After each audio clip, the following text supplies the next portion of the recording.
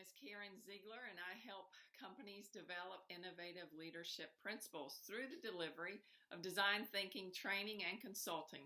I help leaders like yourself design the culture and the future of how their companies will work. And I'm so glad you're here. Today's video is going to be a little different than what I've done in the past because I had this very strange encounter, and hey, let's face it, 2020 has been a very strange year, so why not? So I want to tell you a story of a recent encounter I had with Mary Poppins walking her bunny. And no, it wasn't the real Mary Poppins, but she was walking a bunny, and after thinking about what the heck just happened, there were a lot of leadership lessons on how to learn to walk your bunnies, and I want to share those with you today. So let me set the stage and I'll share you the story. About, 20 minutes from my house is a park, a mountain bike park. You can also horseback ride there. I do both of those. And I also sometimes, if I don't feel like loading up anything and I just want to take my convertible out there, I'll hike the trails. And so Saturday was one of those days. I decided I was going to hike the trail, and so I headed out. It was a beautiful day here in Southwest Florida. The temps were 75 for the high, and the sunshine and blue skies. It was just a beautiful day. And so the track is kind of in the shape of an 8, and about 2 miles in is where the 8 crosses, and there's a picnic table, and there's a big oak tree, and we call it the tree of life because after you've done the back loop, you're usually exhausted, and so you stop there to catch your breath before making the last few miles in.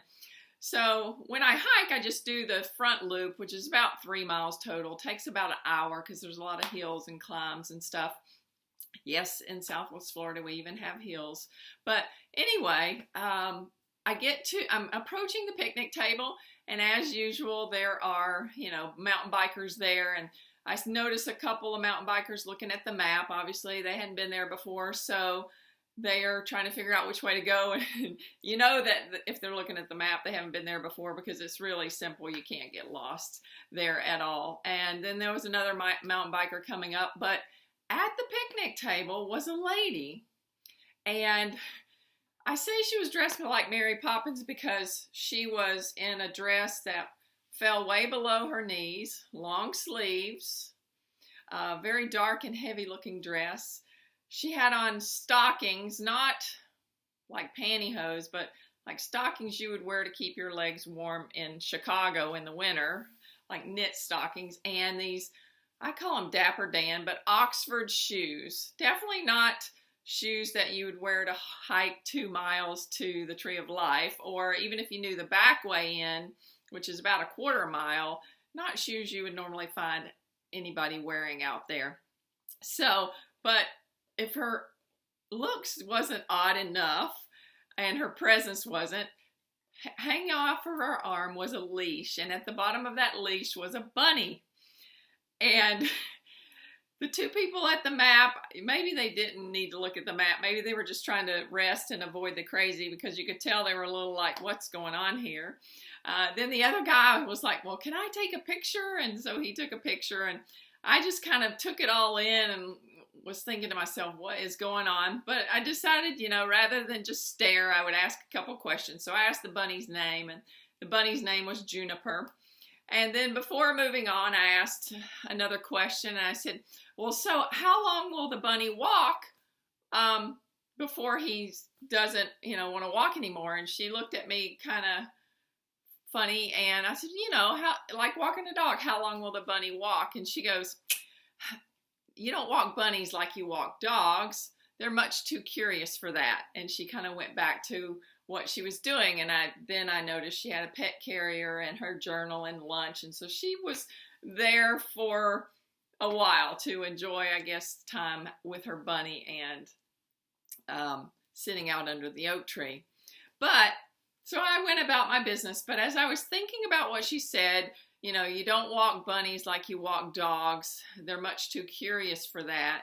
It kind of gave me this idea of leading creative teams and how they are a lot like wrangling bunnies. In fact, in a couple of podcasts that I've been interviewed for, I have often described it as herding cats, but I think bunnies are a much better suited analogy in leading creative teams, because bunnies are the most creative animals on the planet. In fact, if you look it up, two bunnies coming together to collaborate can create more than 84 bunnies in a year. And so that's some creative power. And so I wanted to talk about this concept because walking a dog is much different than walking a bunny, as I learned from Mary Poppins, which I didn't get her name. But anyway, I apologize in advance.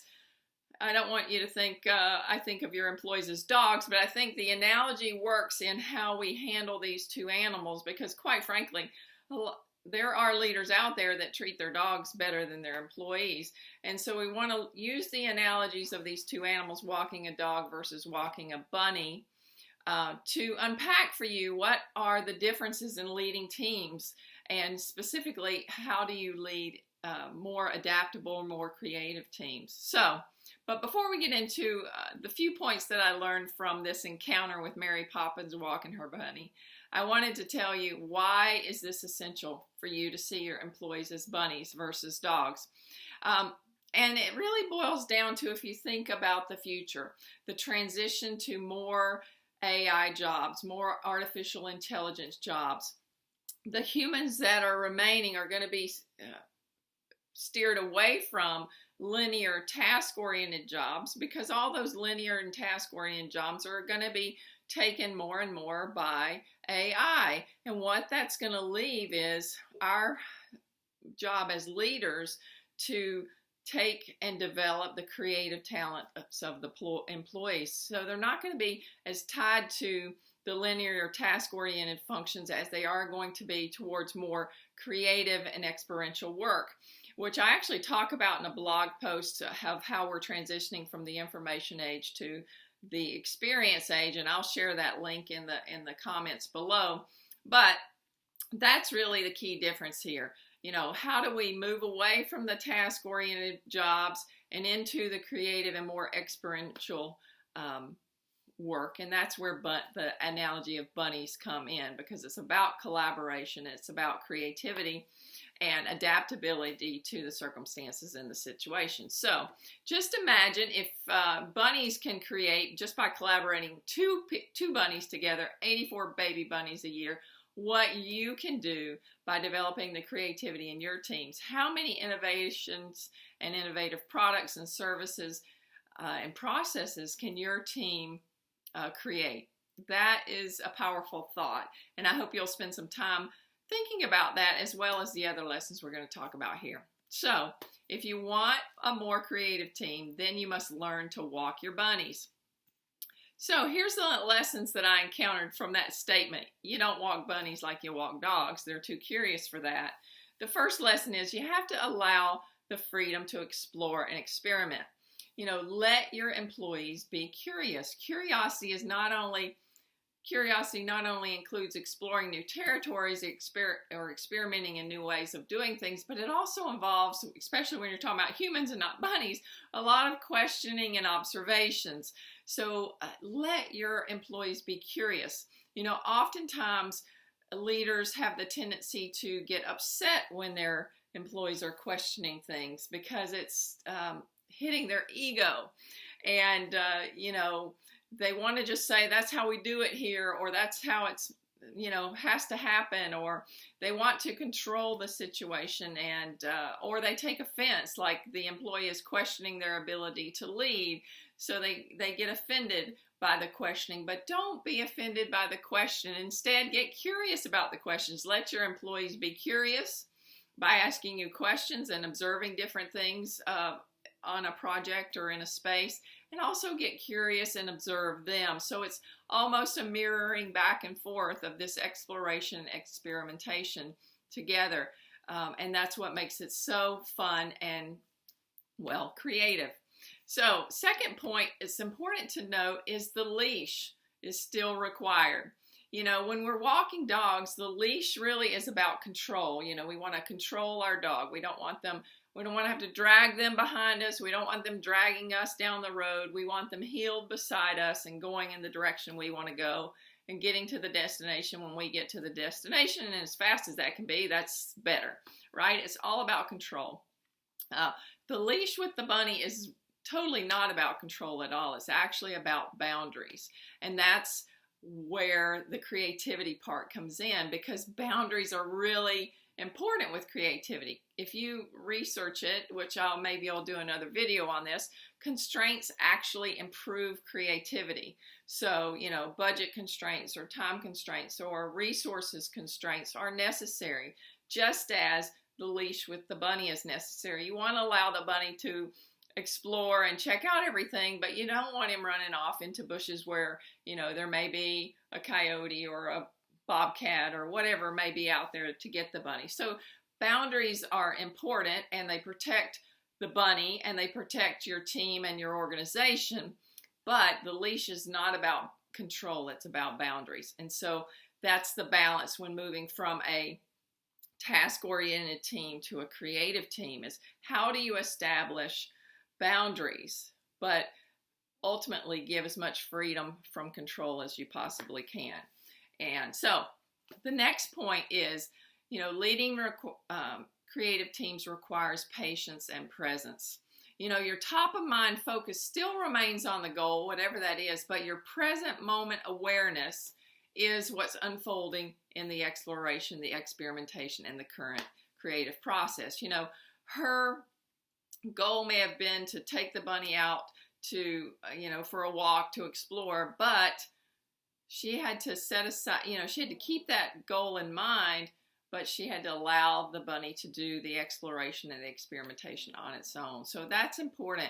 The goal doesn't go away. It's just how we get to the goal is being transformed. It's not, like walking the dog from point A to point B. There's a lot of stopping along the way, experimenting, exploring, learning about what's going on, and then proceeding to the goal. It's a slower process, so it requires patience, and the best way to get patient is to get present, because we inevitably are impatient when we are stuck in our heads thinking about a goal, thinking about how are we going to get there, when are we going to get there, instead of being in the moment and exploring and experimenting. So another point, while granted the information age has tried its best to suck the creativity right out of us, by nature humans are very creative.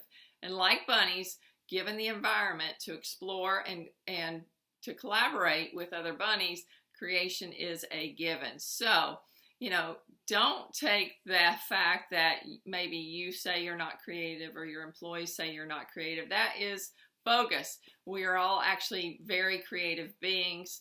It's how we've gotten this far in life, no matter where we're at and what we're doing. And it's just a matter of recognizing that fact, that is our nature, and making it an environment that's conducive for it, that will allow it to flourish. And the last but not least, whenever you're talking about creating an environment, it always comes down to modeling it. So you want to model creativity. Animals have a intense sense of fear, and control actually is born out of fear. So to develop more creative teams, we have to allow creativity to grow. And we do that by doing it in our own lives first. We need creative boundaries around our schedule.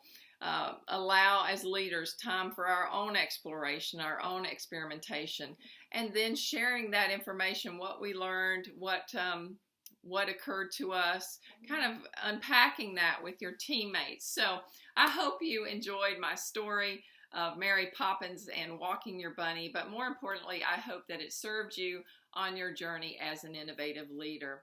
Thanks so much for tuning in. And before you go, be sure and like this video. If you liked it, comment below on anything that resonated with you, perhaps some other tips for innovative leadership that you've learned along your journey, as well as connect with me on LinkedIn. I make a lot of long posts there. It's a little more conducive to interaction, and I'd love to connect with you there. Thanks again for